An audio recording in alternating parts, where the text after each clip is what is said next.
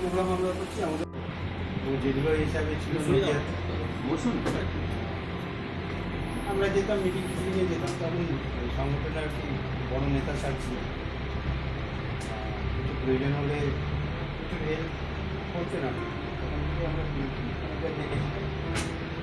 তারপরে উনিও নিজে লাইফে অনেক জায়গা পোস্টিং পেয়েছেন, বিভিন্ন স্তরে কাজ করেছেন। এই মালদায় কাজ করেছেন, তারপরে সিএম হয়েছিল, নর্থ ইস্ট অর্গানাইজেশন ছিলেন। আমরা তখন মিটিংয়ে দেখা হতো, বিশেষ করে তাকিয়েছে উনি মেম্বার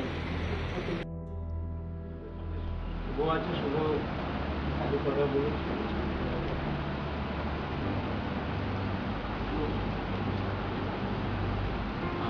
উপস্থিত সবাইকে আমার শ্রদ্ধেয় যারা আছেন, আমার সিনিয়র সবাইকে আমার সশ্রদ্ধ প্রণাম, এবং অন্যান্য যারা সাবঅর্ডিনেট কলিগ আছেন তাদের প্রত্যেককে আমার শুভেচ্ছা জানাচ্ছি। আজকে যে ব্যাপারে আমরা এখানে এসেছি, ডক্টর শঙ্কর সাহা বিডিএসএস স্মার্ট, তারা আজকে কর্মজীবনে কী করছে তারই একটা ছোট্ট আমরা একটা বিদায় সম্বর্ধনার আয়োজন করা হয়েছে, সেই উপলক্ষে সামিল হয়েছি। ভালো থাকুন, গাছপালা বাকি ভালোবাসেন। কথা বলেছি স্যারের সঙ্গে, আগেই স্যার হয়তো নবদ্বীপে চলে যেতে পারেন। স্যার যেখানেই থাকুন ভালো থাকুন।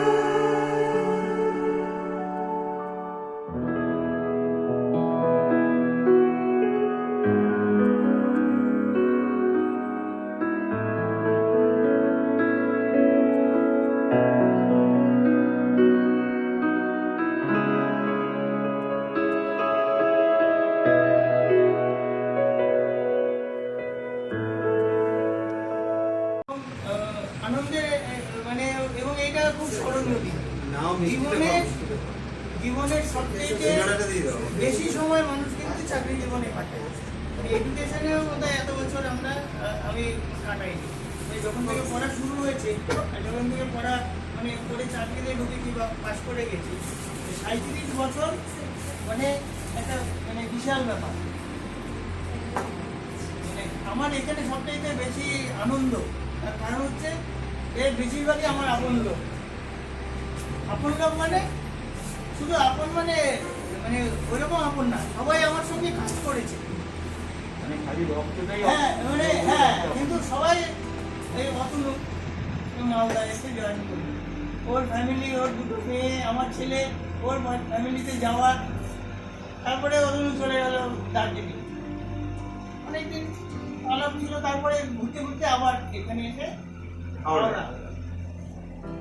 হাওড়ায় তখন আমি দ্বিতীয়বার সিএমই মানে নর্থ চব্বিশ পরগনা সিএমই কাটিয়ে, নর্থ চব্বিশ পরগনা একটা এমন জেলা যেখানে 6টা-7টা মন্ত্রী আর অন্তত 100টা চেলা চামুন্ডে আর কারা সব মানে বড় বড় সব সিপিএম এর সব মানে তখনকার এখনো তাদের দুদণ্ড মানে সেই জেলা সামলিয়ে আবার এসে হাওড়া। আর এই যে একটা চন্দ্র একদম মাটির মানুষ, আর একে ঠকাবার জন্য, একে পটে ফেলার জন্য সব চতুর্দিকে একে ঘিরে থাকে। যে কত মানে কত চোখ নেই শেষ করে, এখন মানে চোখ নেই মানে বিশ্বাস। তবে এটা ঠিক, আমি দেখেছি যে মানুষ যদি ভালো হয়, তার চরিত্র, মন, কাজ সাময়িকভাবে সে বিপদে পড়তে পারে, কিন্তু সে ঈশ্বর তাকে মানে ঠিক বার করে দেয়। এ কম ফেস করেছে। হাওড়া হসপিটাল একটা কঠিন জায়গা, হাওড়া ডিস্ট্রিক্ট একটা কঠিন জায়গা। দিলীপ যখন আসতো, দিলীপ তো মুখ বুঝে কাজ করে।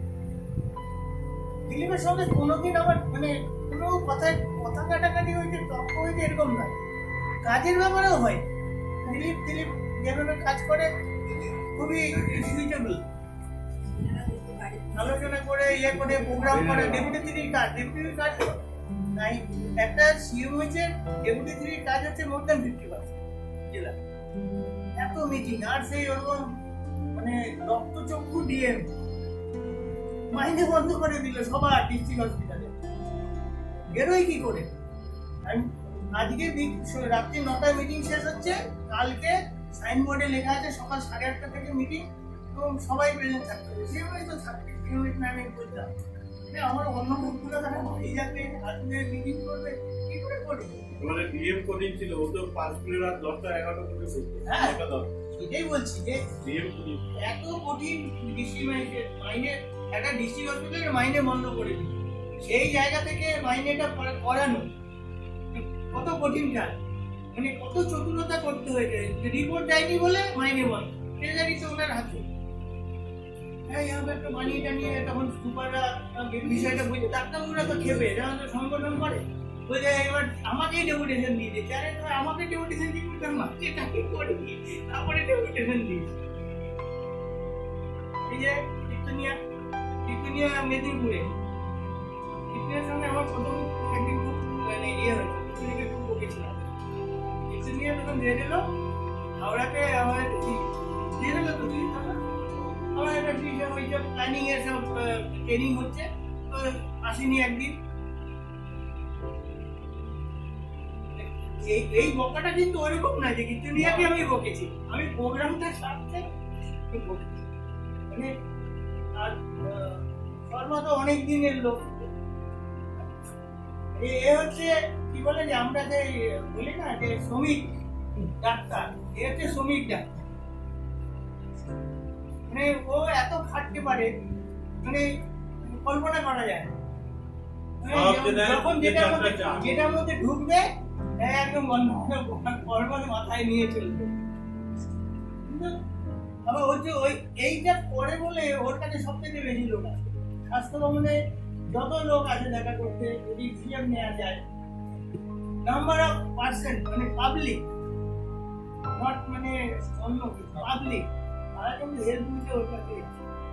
মানে এটা আমরা গল্প করি, হাসি যাই বলি, এত লোক এসে দাঁড়িয়ে থাকে, কোনো কি করে, এটাও বুঝতে হবে যে কেন তার কাছে আসে, ওর কাছ থেকে সেই রিটার্নটা তারা পায়।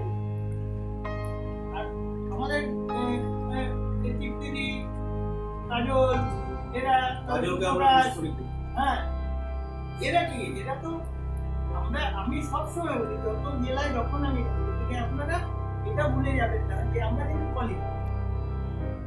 আপনি যখনই আমাকে অফিসার মনে করবেন তখনই বলবেন চেয়ারের উল্টো দিকে দিকে। কিন্তু এইটা যদি আপনি ভাবেন যে না আমার কলিগ, তাহলে কিন্তু এইটার এই ব্যারিয়ারটা কেটে যাবে। এবং হ্যাঁ এবার বলতে পারেন যে তাই বলে আপনি ফাঁকি দিলে আমার চোখে এড়াবে না, আবার তার জন্য আমি ঘুরবো, আবার কাজটাও করাবো। আবার ওটা আপনি একটু বেলাইন করলেন, পরে আবার এটা সেইটাকে আমি অন্য সময় ওটাকে ঠিক আপনাকে ফেরত দেবো জানিয়ে যে এটা করেছিলেন তার ফলে। অ্যাকচুয়ালি কিছুই নাই, এই যে আমরা বাড়ি থেকে বেরিয়ে আসি পুরো পরিবারের মতো। আমি যদি এটা না ভাবি যে আমার এখানে কাজটা হচ্ছে প্রাইমারি, তারপরে বাকি তাই না। এই যে মিতালিদি আসছে না আমার এখানে, মিতালিদি প্রথম থেকে একটু ওইরকম, কিন্তু মিতালিদির সম্বন্ধে আমার একটু খুব ফাঁকিবাদ, এরকম তো দেখি না। অন্য জোন থেকে আমার দিদি এসে আমরা পুরো ফ্যামিলি, মানে কি এখন তো এই মুড়ি মাখা শুধু না, অনেক কিছু খাওয়া আমাদের পিঠের সময় পিঠে আমরা তো আগেই খবর পেয়ে যাই এইটা হবে। হ্যাঁ পুলি পিঠে থেকে আরম্ভ করে, হ্যাঁ আমার এখানে এইসব আছে। তারপরে এরা যে মুড়ি খায়, যদি কোনো সময় ভুল করে এদিকে এসে পড়ো সেই সময় দেখবে একটা গামলার মধ্যে গামলার সবাই মিলে ভাত খেয়ে যেরকম খায় এরকম খায়। এখন অবশ্য সোশ্যাল ডিস্টেন্সিং হয়ে গেছে, প্রত্যেকেই মানে কাজ করে না, তারা পরিস্থিতি পরিবেশ অনেক বিষয় আছে।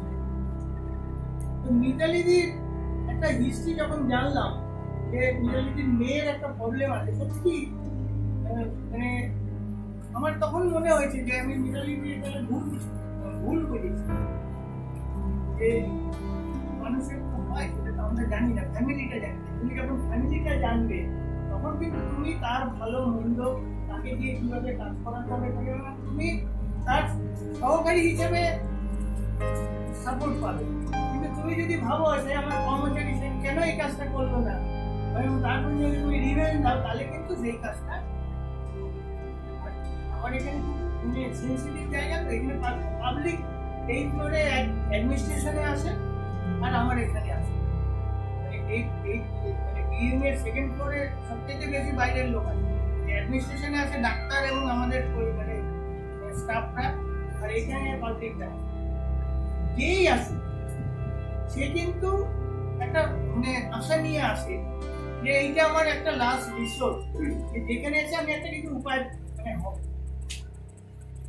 এবার এইটা আমরা যাতে অ্যাডজাস্ট করি, এইটাই আমার সবসময় সবাইকে বলতাম যে আপনি মনে করবেন যে আপনি আসতে, আপনি একটা অফিসে যাচ্ছেন যেটা লাস্ট অফিস, মানে আমাদের স্টেটের তো এটা লাস্ট দরজা। এইখানে এসে মানুষটা আসে, এসে যেন সে আপনার থেকে যতটুকু আপনি পারবেন তো সব নয়, কিন্তু এইটুকু করবেন যে না হলে আমরা এইখান থেকে আমি কত ডিপার্টমেন্টে নিয়ে দিয়ে এসেছি, কোথায় গিয়ে যেন পয়সার জন্য অ্যাপ্লিকেশন করবে, বলে দেবে এখানে আপনি জানতে দেখেন যে এই লোকটা আবার হারিয়ে যাবে, আবার কার পারমানেন্ট, ঠিক আছে যদি যাই চলবে না। আমার কথা যে এই সেন্সিটিভিটি থাকলে না, তুমি দেখবে আর তোমার মনে হবে না যে তোমার কেউ অন্য রকম, এবং তোমাকে দেখে দেখবে তোমার পাশের লোকটাও দেখবে ওই আচরণ। গোপালকে আমি এখান থেকে দেখেছি, গোপাল ওখানে বসে বসে কত লোককে অ্যাডভাইস দেয়, আমরা অনেকটা পিছিয়ে যাই। অ্যাডভাইস দেয় মানে ও কেন দেয়, ওর কি আর ওর কি মানে ও তো অন্য সেকশনের লোক না দিলেই হয়, কিন্তু ওর মধ্যে এইটা আছে যে ওই যে লোকটা আসলো তাকে একটা ওয়ে আউট বার করে।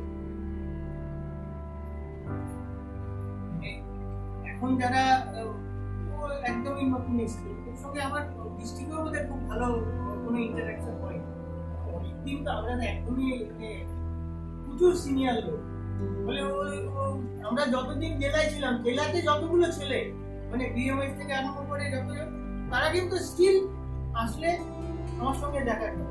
মানে এটা আমার একটা ভাগ্য বলতে পারি। মানে বাঁকুড়া থেকে আসুক, মানে আমার প্রথম জীবন বাঁকুড়া, তারপরে আমার নদিয়া নিজের জেলা, তারপরে মালদায় কাজ করেছি, তারপরে নর্থ চব্বিশ পরগনা, তারপরে হাওড়া। মানে এই জেলাগুলোতে আমি যখন দেখেছি কোনো বিএসসি বিপিএসসি প্রোগ্রাম অফিসার হিসেবে বেরিয়েছে কোনো বাদ, মানে ওই যে বললো যে আমার একটা মানে ইচ্ছে আছে জায়গাটা তো দেখে আসি আর কে আছে কে আছে।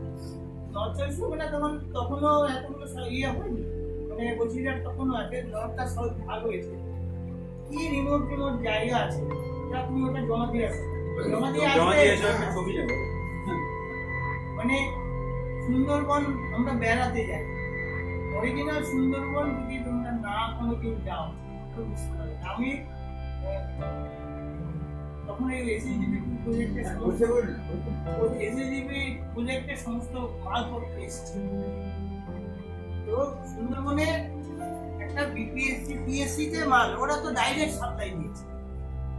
এবার সাপ্লাই দিয়েছে বিকেলে, সন্ধ্যের আগে পৌঁছয় না। তো সুন্দরবনে যাবে কি, কলকাতা থেকে মাল যাবে, তারপরে নৌকো, তারপরে বুটকুটি, মানে 3টে নদী আইল্যান্ড পেরিয়ে নদী পেরিয়ে পৌঁছে ওখানে তো কিছু নেই, ওখানে কেউ থাকে না। একটা বিল্ডিং করে দিয়েছে পিডব্লিউডি ইঞ্জিনিয়াররা 20% এক্সট্রা কস্টিং, মানে শুধু ট্রান্সপোর্ট কস্ট, মানে যা হচ্ছে তার 20% শুধু ট্রান্সপোর্ট কস্ট। আমরা যেতাম এসএসজিবি প্রজেক্টে ডিএম এর সঙ্গে, দ্বিবেদী সাহেব এখন মানে ফিনান্সিয়াল ইয়ে ছিল, দ্বিবেদী সাহেব তখন ডিএম, আর অপনাদি ছিল সভাধিপতি, আর সুন্দরবনের এই মন্ত্রী ছিল আমাদের ইয়ে কান্তি। আমরা লঞ্চ করে যেতাম একসঙ্গে। লঞ্চ কি মানে লঞ্চ একটা পর্যন্ত ওরা ভাটা আর জোয়ার ক্যালকুলেট করা হয়। যখন লঞ্চে উঠবো এই ধামাখালি থেকে, তারপরে ওই জোয়ারে যাব, এরপর ভাটা হয়ে যায়। তারপরে আবার যখন জোয়ার শুরু হবে তখন আমাদের রওনা দিতে হবে। মানে সেই সব এক্সপিরিয়েন্স মানে চিন্তা করা যায় না। এই যে সার্ভিস করি আমরা, আর মানুষ ওখানে যে থাকে, যে লোকগুলো থাকে, তাদের কথা চিন্তা করলে তো আমরা স্বপ্নে তোমরা ভাবতে পারবে না। ওই মালগুলো কি করেছিল, পঞ্চায়েতের বাড়িতে, লোকের বাড়িতে, যার যার বাড়িতে সামনে পেয়েছে নামিয়ে দিয়ে চলে এসেছে। এইগুলো আমাদেরকে উদ্ধার করে আবার একটা বিল্ডিং এ ঢোকাতে হয়েছে। মানে আমরা ওয়েস্ট বেঙ্গলের আমি অনেকগুলো জেলায় ঘুরেছি, তাই তো প্রচুর এনকোয়ারি করেছি, প্রচুর প্রোগ্রামে গেছি। তোমরা চাকরি করো ঠিকই ডিপার্টমেন্টে, কিন্তু তোমরা কিছুই দেখো। বাঁকুড়াতে প্রথম চাকরি করতে গিয়ে ডাকাতি, জীবনে তো আমরা নকশাল হামলা দেখেছি, কিন্তু ডাকাতি তো ফেস করিনি, ডাকাতিও ফেস করতে হয়েছে। মানে অ্যাডমিনিস্ট্রেটিভ কাজটা কিছুই না। অ্যাডমিনিস্ট্রেটিভ কাজটা তোমাকে সবসময় নিরপেক্ষ থাকে, এটা যে প্রথম কাজ। অ্যাডমিনিস্ট্রেশনে তুমি যদি বায়াস হয়ে গেছো তাহলে তুমি মানে এই জন্য যত স্তম্ভ দেখবে, স্তম্ভ লোকগুলো মুখে যায় যতই বলুক, কাজের সময় কিন্তু তারা এই বায়াসনেসটা থাকে এবং তারাই মানে ঠিক মতো ইয়ে করে। এই যে একটা জেলায় এই যে সিওমিদের পাঠায় সাহেবরা গিয়েই গন্ডগোল করে দেয়। 2-4 জন আমার কাছে আসছো তো যারা সিওমিট হবে, এখনো জিজ্ঞেস করে, তাহলে যে সিওমিটের ছিটটা দেখেছি ওটা হচ্ছে খাটা, খাটা লাগানো, আর তোর চোখ তো সামনে আর তোর পেছনে 100টা চোখ লাগানো আছে। তুই সামনে 2 চোখ দিয়ে দেখবি, তোকে 100টা চোখ কিন্তু পেছন থেকে দেখছে।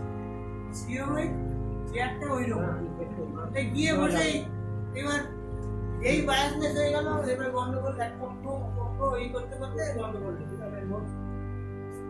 এটা ঠিক, চেয়ারে বসে সবটা, মানে বিশেষ করে আমাদের হেলথ, চেয়ারে বসে কিন্তু প্রোগ্রাম হয়। চেয়ারে বসে আমরা অর্ডার গুলো করতে হয়, আমাকে কাজ দেখতে হলে বেরোতে হবে। আমি লেপ্রোসিতে অনেকদিন কাজ করি এবং লেপ্রোসি একটা আমাকে ঢুকিয়ে দিয়েছিল, যেহেতু আমি প্রথম রেগুলো হয়ে এসেছিলাম। তারপরে তখন এই একটা চ্যাটার্জি ছিল ডিএইচএস, উনি লেপ্রোসিতে প্রোগ্রাম অফিসার ছিলেন স্টেটে। উনি আমাদের 5 জন খুব ভালোবাসতেন। তো লেপ্রোসিতে যখন জ্বর মানে চালু হলো, খুব কষ্ট।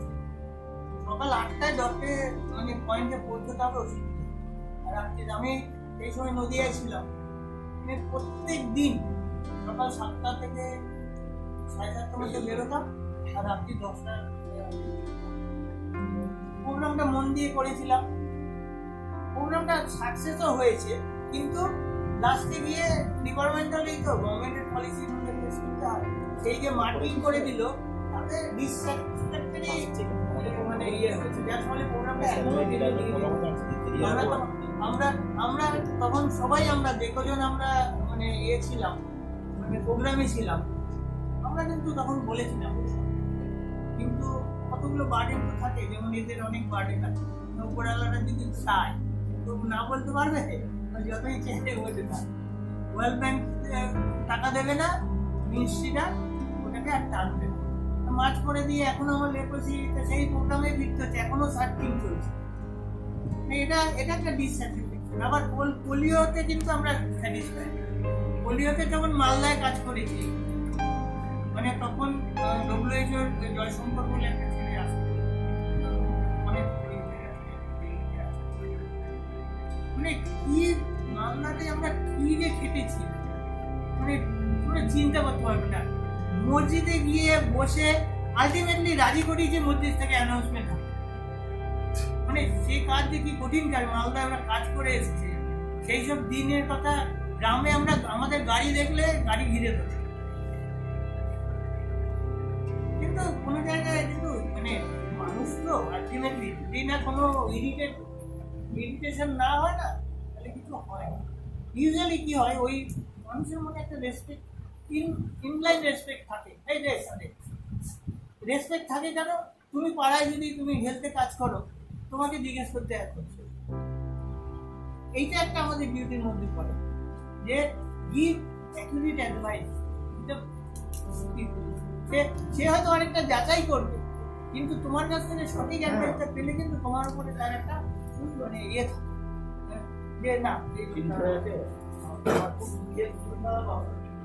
যাই হোক। এখন স্যার তো আমার অনেক সিনিয়র, রিটায়ার করে গেছেন, এখন আমাকে স্যার বলে, আমার একটু আনন্দ হয়।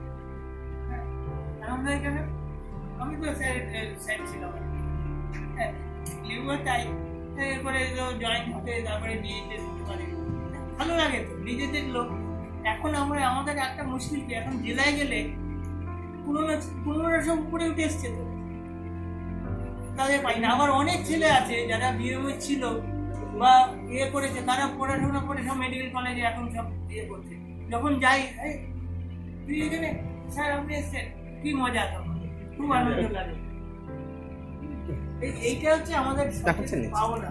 এই পাওনাটা মানে এই পাওনা আমার একদম মানে প্রত্যেক দিন এত ভালো লাগে, এত ভালো লাগে। আমি হঠাৎ করে এই হাওড়ার অম্লান ফোন করেছি, ওই অম্লান আর সন্ধে এই দুটো ছেলে নতুন চাকরি আমার ওখানে জয়েন করেছে, হাতে করে আমি তৈরি করবো।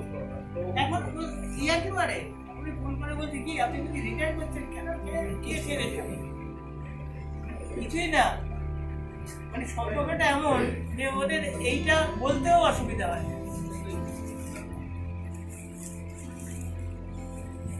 দিল্লির কতগুলো জেলায় সিএম হয়েছিল, দিল্লি যখন মুর্শিদাবাদ থেকে হাওড়ায় আসি, দিল্লিতে আমি জানি না, কিন্তু একটা কি এই যে অ্যাডমিনিস্ট্রেশন থাকলে কাজ দেখলে বোঝা যায়, কথা কম বলে, প্রোগ্রাম বলে, কাজ করে, রিপোর্ট ঠিক করে, আর সিএম হয়েছে তাহলে চিন্তা কিছু। আর তেমনি আমার ডেপুটি কেউ ছিল,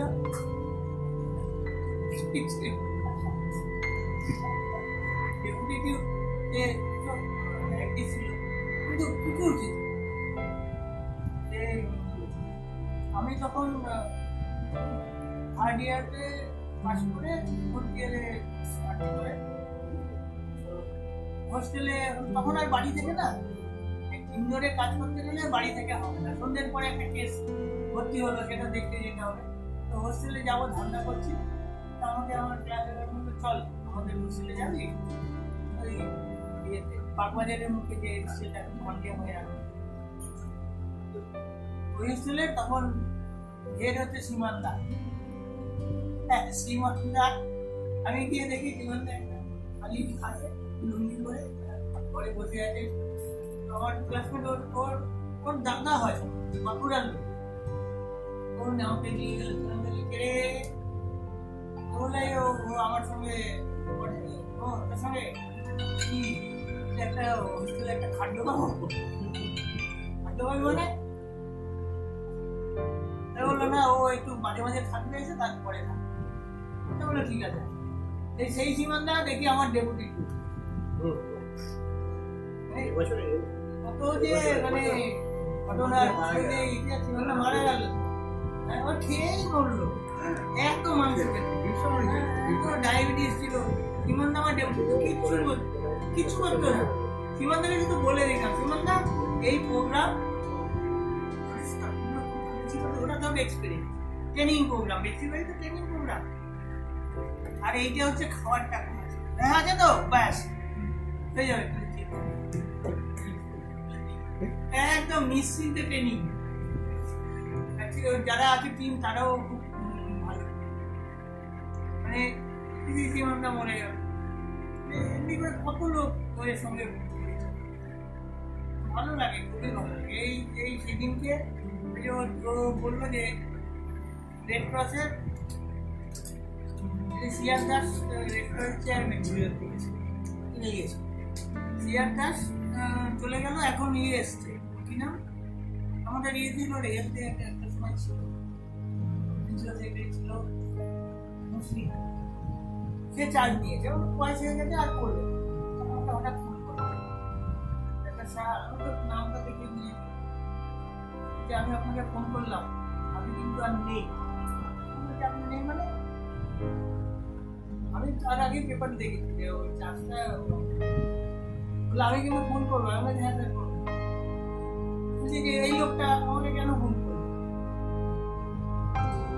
বললো আমি থাকি না থাকি না যদি কোনো দরকার হয় আপনি ফোন করবেন আমিও কিন্তু আপনাকে মেসেজ করবো মানে আমার পাঠাই এই যে সেই লোকটার সঙ্গে আমার কদিন আলাম কিন্তু লোকটা এত ভালো যে ওনার এখন এই যে এরা সব আছে সেক্রেটারিয়ারা এরা সব স্টুডেন্ট ওখানে আমাদের এখান থেকে যে অফিসার ইনকোয়ারি করতে যেত বেশি 80 লাখ টাকা থেকে সেটা কমতে 40 লাখে দাঁড়িয়ে এসছে যাই হোক করে কমপ্লেন হয়েছিল আমাকে তারপরে পাঠিয়েছে আমি দেখলাম যে টাকাটা পাইয়ে দেওয়া নয় এটা সত্যি সত্যি কাজ করে রেড ক্রসের যে দায় দায়িত্ব এরা পালন করে এরা কতগুলো আউটরিচ করে গাড়ি নিয়ে যায় সারা বছর এদের একটা অ্যাম্বুলেন্স চলে যখনই কান্ট্রি অন্যান্য কান্ট্রিগুলো ডেভেলপ হয়ে যায় না সেই কান্ট্রি আর পয়সা দেয় রেড ক্রসের সমস্যা হচ্ছে আন্ডার ডেভেলপ কান্ট্রির জন্য পয়সা জোগাড় করতে পারে কিন্তু কান্ট্রি যখন ডেভেলপিং হয়ে যায় তখন আর পয়সা পায় না এখন ইন্ডিয়ায় ওদের এই অবস্থা হয়ে গেছে দিল্লি থেকে আর এখানে পয়সা আসে না আর ওরা পারে না কিন্তু ওদের সত্যি সত্যি যে অ্যাক্টিভিটি আমি নিজে ওনাকে বললাম যে স্যার আমি একটা রেকমেন্ড যদি করতে পারি আর রিকোয়েস্ট করতে পারি আপনি একটু বলবেন যে হ্যাঁ এইটা তো রেকমেন্ড করেছে ও ইনকোয়ারি করে আমাকে দুটো জায়গা ঘুরিয়ে দিন ওদের দুটো ক্লিনিক আমি ঘুরেছি আমাদের একটা একদম বাইপাসে যেখানে স্টেডিয়ামের ইয়েটা হয়েছে ওর কাছে আমি তো দেখলাম যে ওই যে ওইখানে যে কুস্তিগুলো আছে সব লোক ওখানে আসে মেয়েদের সেলাই শেখানো ওখানে ফিজিওথেরাপি আছে বিভিন্ন পয়সা সারা প্রত্যেকদিন ক্লিনিক দাঁতের ক্লিনিক স্কিনের ক্লিনিক এই কাজগুলোর জন্য আরে ওরা তো আমাদের গভর্নমেন্টকেই সাপোর্ট করছে এবং যে ডাক্তারগুলো সেটা খুবই কম পয়সা আমি সেই সবগুলো লিখে এদের বললাম যে দেখুন স্যার আমার মনে হয় এটা ইন্ডাস্ট্রি হচ্ছে আর এটা এনজিও নয় প্রথম কথা হচ্ছে রেড ক্রসের এনজিও স্ট্যাম্প মারতে পারে এদের আমাদের যখন পার্লামেন্টে প্রথম ইয়ে তৈরি হয় তখন একটাই ওদের ইয়ে তৈরি হয়েছে যাই হোক তারপরে সেটা বেড়েছিল ওনার ওইটুকু আমার ওপর দেন যে আমি এইসব করে বাড়িয়ে দিয়েছি ওনার একটা চলতে হচ্ছে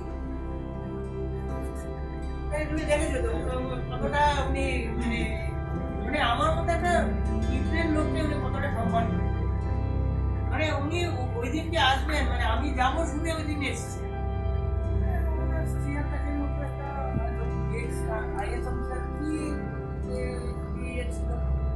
মানে অ্যাকচুয়ালি উনিও ফিল করতেন যে আমার এই সংস্থাটা হ্যাঁ কাজটাও খুব ভালো সেই যে আমাদের ওইটুকুই পাও না এই যে আমরা রিটায়ার করবো এখন আমি 3-4 মাস কিছু করবো না আমরা পুরো তারপরে ভাববো আর ছেলেটাকে যাবো এই ইচ্ছা আছে যদি লকডাউন কোনো সময় বসে তারপরে ভাববো ওষুধটা কাটাবো না কি বসে কি জীবন কাটে না এই গেল ওই গাছ ভালো আছে ঘুরতে ভালো আছে কিন্তু এইসব সব তো কমে যাবে ঘোরা কমে যাবে লোকের জায়গায় দেওয়া যাবে যাই হোক